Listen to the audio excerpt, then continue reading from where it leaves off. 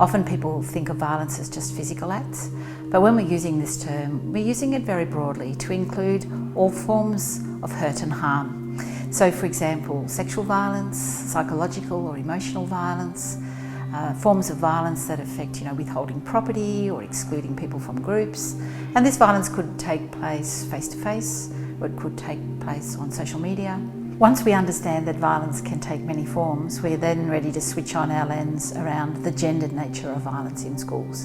When we switch on our gender lens, we can see things like typically girls are victimised in certain ways, chiefly by boys, but not only by boys, and that boys are victimised in certain ways, almost always by boys. So we see patterns, and the patterns are gendered.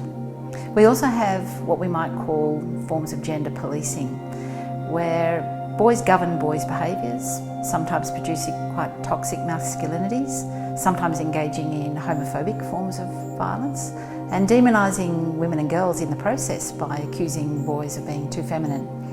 Sometimes we also have forms of gender policing that go on within the girl group, girls governing how girls should behave.